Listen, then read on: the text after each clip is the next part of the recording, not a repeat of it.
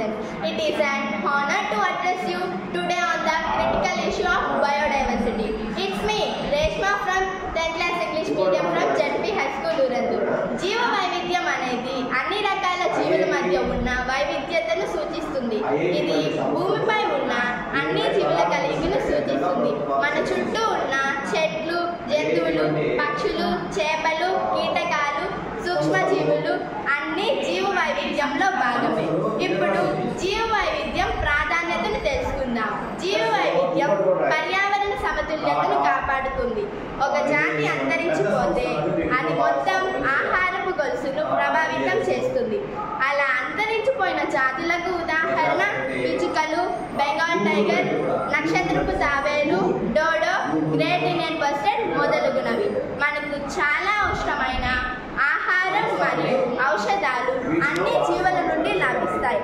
మట్టిని సారవంతం చేయడం, నీటి మరియు గాలి కాలుష్యాలను మెరుగుపరచడంలో జీవ వైవిధ్యం ప్రముఖ పాత్ర పోషిస్తుంది.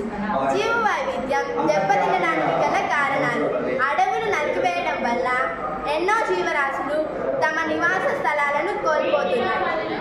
పారిశ్రామికీకరణ వల్ల కాలుష్యాలు పెరిగిపోతున్నాయి. ఇది చాలా జీవులకు ప్రమాదకరం మరియు హానికరం. వాతావరణంలో మార్పుల వల్ల చాలా జీవరాశులు అంతరించిపోతున్నాయి. అతిగా వేడడం వల్ల కూడా చాలా జీవరాశులు అంతరించిపోయే ప్రమాదం కూడా కలదు.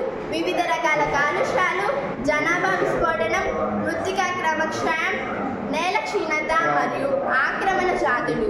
ఉదాహరణకు హైదరాబాద్లో పావురాల సంఖ్య పెరగడం వల్ల కాకుల సంఖ్య తగ్గడం. జీవ వైవిధ్య రక్షణలో యువత పాత్ర. జీవ వైవిధ్యాన్ని కాపాడడంలో యువత చాలా కీలక పాత్ర పోషిస్తుంది. పాఠశాల స్థాయి నుండే జీవ వైవిధ్యాన్ని ఒక పాఠ్యాంశంగా చేర్చి విద్యార్థుల్లో అవగాహన పెంపొందిస్తుంది.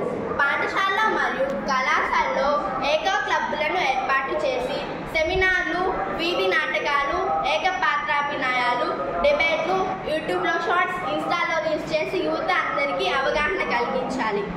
చెట్లు నాటడం, సామాజిక అడవుల పెంపకం ద్వారా యువత అందరికీ అవగాహన కలిగించాలి.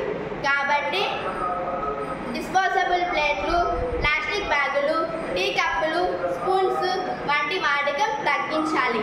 నీరు ఎన్నో జీవరాశులకు అవసరం కాబట్టి మనం నీటిని వృధా చేయకుండా మనకు తగినంత నీటిని మాత్రమే వాడడం వలన మనం జీవ వైవిధ్యాన్ని కాపాడగలిగిన వారవుతాం. సరైన పద్ధతిలో వ్యర్థాల నిర్వహణ అనగా 4R పద్ధతిని అనుసరించాలి.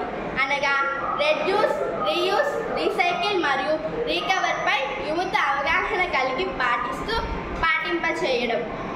పర్యావరణ హిత వ్యవసాయం, సామాజిక అడవుల పెంపకంపై ప్రజల్లో యువత అవగాహన కల్పించాలి. గాయపడిన పక్షులను మరియు జంతువులను వేటాడడం తప్పని యువత ప్రజల్లో అందరికీ అవగాహన కలిగించాలి. గాయపడిన పక్షులను మరియు జంతువులను సంరక్షణ కేంద్రాలకు అప్పగించడం వంటి పనులను యువత చేయాలి.